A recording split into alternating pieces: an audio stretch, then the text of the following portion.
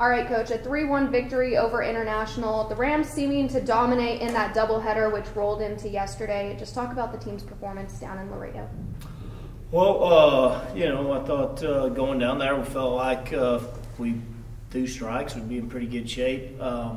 Game we lost, did not. And the game we almost lost, we did not. Proud of us have found a way. The biggest thing, we started fast, which we have not done really a great job of in all the games that we won. And then, got some just did some things we needed to do in order to win the game. And so, it's always tough going down there. And so to go win, especially after dropping the first one, to go win the next 3 was big for us and kept us right in the middle of things, and, we'll keep going.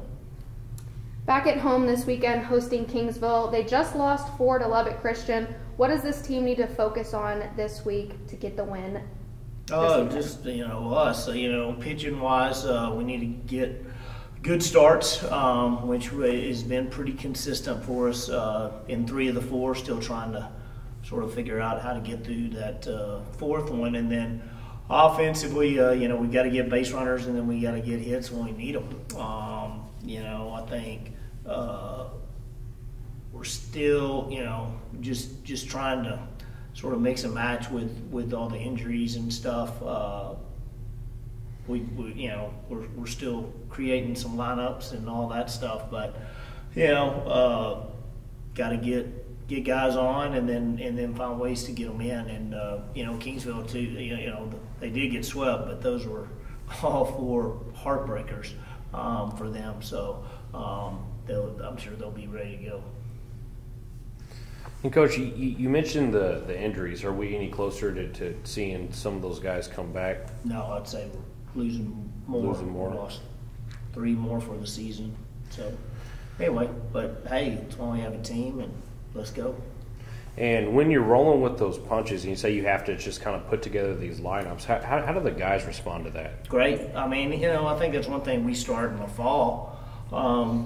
Because again, done it for a long time. I don't think I've ever had a season where injuries aren't a significant part of your season. You don't know what they're going to be, but you've got to be able to adjust. So, even in the fall, we ask guys to do a lot of things, play a lot of different positions and be baseball players. And, for the most part, we've done a really good job of stepping up. Obviously, the personnel have different skill sets, and so that sort of changes some of the things we can and can't do. But, if you're a baseball player, go play. And if there's one thing that you have to do to stop Texas A&M this weekend, like one thing that they're good at, what would that be? I don't know. I don't really care about them too much. I mean, just we go play us, we'll be okay. If we don't, we probably won't be so well. I have one more.